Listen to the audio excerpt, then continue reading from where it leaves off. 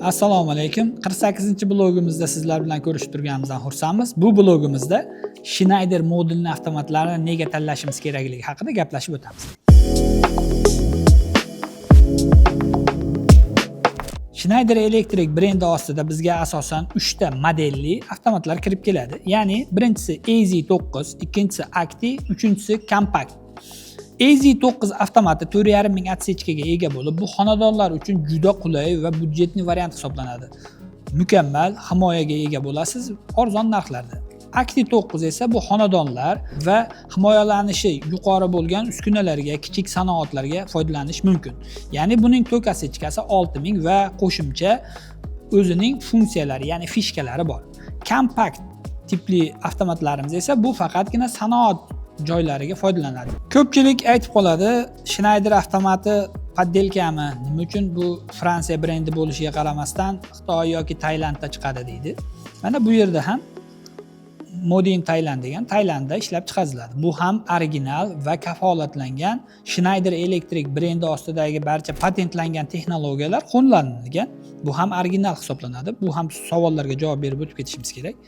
iPhone'ni ham Xitoyda ishlab chiqarilgandek, u Amerika brendi bo'lishiga qaramasdan, Schneider Electric kompaniyasi ham o'ziga qulay bo'lgan va iqtisodiy tarafdan samarali bo'lgan hududlarda o'zini zavodlarini qurgan va ayrim kompaniyalarning aksiyalarini sotib olgan. Shuning uchun ular ham turli xil davlatlarda chiqarilishi mumkin. Masalan, ayrim narsalari boshqa davlatlarda, ayrim narsalari esa boshqa davlatlarda. Qo'limizga olib turgan kontaktorimiz esa Hindistonda ishlab chiqarilgan. Xuddi shunday, mana bu esa Bolgariyada ishlab chiqarilgan. Bu Germaniyada ishlab chiqarilgan. Mana turli xil tiplariga qarab, kelishiga qarab har xil joyda ishlab chiqarilishi mumkin. Bu esa Fransiyada ishlab chiqarilgan ekan. Bu aytganlarimiz esa Tailandda ishlab chiqarilgan. AZ9 modeldagi avtomatlarimizda Schneider patentlangan bir martalik shelchok, ya'ni kontaktlarni birdan yopish texnologiyasi foydalanilgan va bundan tashqari ko'rib turganlaringizdek, agarda qisqartoshuv bo'lsa, odatda shu yerda qisqartoshuv bo'ladi va shu yerda duga gasitel turadi. Bu qo'zg'alib ketmasligi yoki bo'lmasam, bilasizlar, qisqartoshuv katta bo'lganda portlash yuzaga keladi va duga gasitel ayrim vaqtlarda dugani so'ndira olmay qolishi va korpusni yorib yuborishi ham mumkin. Shuni so'ndirishi va korpusga ziyon yetmasligi, qolgan yong'in olib kelmasligi uchun mana o'rtasidan zaklopka qilingan. Xuddi shunday qolgan seriyalar ham xuddi shunday zaklopka qilingan. Endi esa men sizga boshqa brendni ko'rsataman. Mana zaklopka yo'q. Xuddi shunday yana boshqa brendni ko'rsatishim mumkin. Mana o'rtada zaklovka yo'q, xuddi joyida. Yana bittasini ko'rsatishim mumkin. Mana bu ham boshqa brend, zaklovka yo'q. Brendlarning nomini ko'rsatmadim, sababi boshqa brendlarga bo'lgan hurmatimiz tufayli. Endi esa Acti 9 seriyamizni ko'rib chiqadigan bo'lsak, buni o'sha aytganimizdek o'rtadagi zaklopkasi, bundan tashqari ko'rsatkichlari, ya'ni yoqiqligi yoki bo'lmasam o'chikligini ko'rsatib turuvchi qurilmalari bor.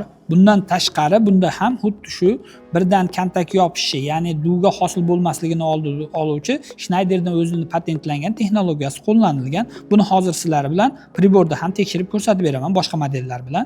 Acti 9 modelimizning yana bir zo'r fishkasi bor. Ya'ni bu avtomat qisqartashuvdan tashladimi yoki o'zi kimdir o'chirdimi? Shuni bilishingiz mumkin. Ya'ni agarda qisqartashuvdan tashlagan bo'lsa, bu yerda avtomat ozroq ko'tarilib qoladi. Ya'ni buni ko'rsatkichida ko'rinmay qoladiki, siz o'zingiz qo'lda ko'tarmagan bo'lasiz. Avtomatni ko'rasizda, demak, bunda turgan uskunada nimadir bo'lgan, liniyada, kabelda zamikana bo'lgan, boshqa bo'lganmi, siz birdan ko'tarib olmaysiz. Agarda to'la tushib turgan bo'lsa, demak kimdir o'chirgan buni. Siz buni o'chirasiz. O'chirib turib, yana qaytadan yoqishingiz mumkin. Agarda to'la o'chmagan bo'lsa, demak, qayerdadir qisqartoshuv yoki boshqa bo'lgan bo'lishi mumkin. Bu ham o'ziga yarasha qulaylik keltirib chiqazadi. Endi hali aytib o'tganimdek, hamma sinovni yaxshi ko'radi-ku. Kelinglar, shuni boshqa brendlar bilan haliga aytib o'tgan eng yaxshi o'sha texnologiyasi dedik. Odatda ko'pchilik Schneider avtomatini narxi sal qimmatroq deydi. Nima uchun qimmat bo'ladi? Buni resursi ko'proq, himoya juda mukammal va turli xil patentlangan texnologiyalar qo'llanilgani uchun. Shuning uchun ham agarda gostinitsalar, ya'ni mehmonxonalar 4 yoki 5 yulduzli mehmonxona bo'lmoqchi bo'lsa, ularga shart qo'yiladiki, ABB, Schneider yoki bo'lmasam shunga o'xshash brendlardan yig'ilgan bo'lishi kerak shitlar. Hozir mana sizlarga buni tekshirib ko'rsataman. Sizlar hali tushuntirganimda uncha tushunilmagan bo'lsa kerak, menimcha, ya'ni birdaniga kontak yopishishi deganim. Hozir shuni ko'rsatib beraman. Hamma qiziqadigan tajriba. Aytganim, shelchok, ya'ni birdaniga qo'shish bu qisqa tashuvni kamaytiradi va avtomatning o'zini kontaktlarini resursini ko'paytiradi, ishlash resursini. Mana ko'rib turganingizdek, mana o'chik avtomat 1999 qarshilik. Endi avtomatga yoqaman. Ko'rib turganlaringdek, avtomatning kontagi mana pastga tushdi. 01, 02, mana o'zi 01 dan past bo'lishi kerak. Mana 01 qo'shildi. Endi qaranglar.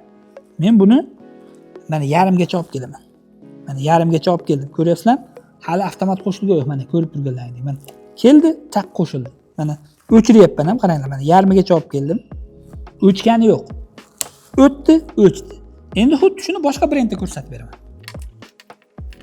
Mana bunda ham o'chik. Endi yoqaman, qarang. Mana yoqdim.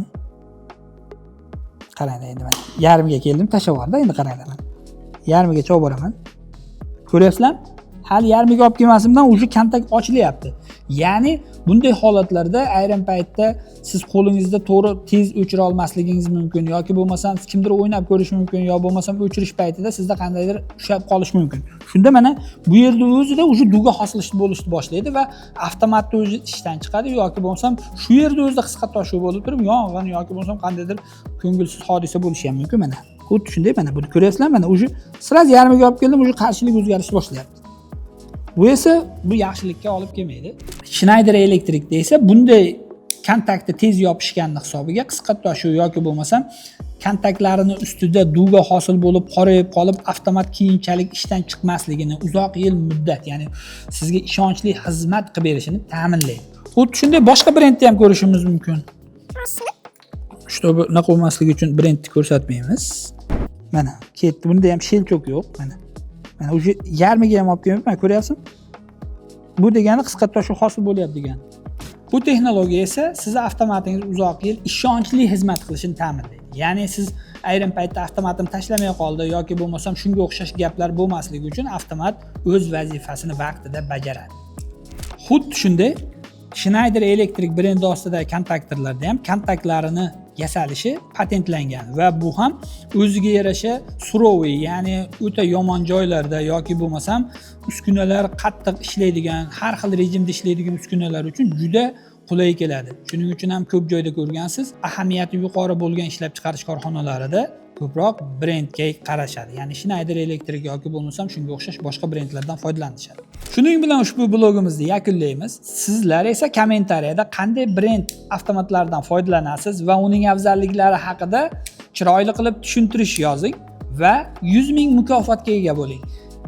O'z avtomatini tushungan, qaysi brenddan foydalanishi va uning afzalliklarini yozgan muxlisimizga 100 ming o'tkazib beraman.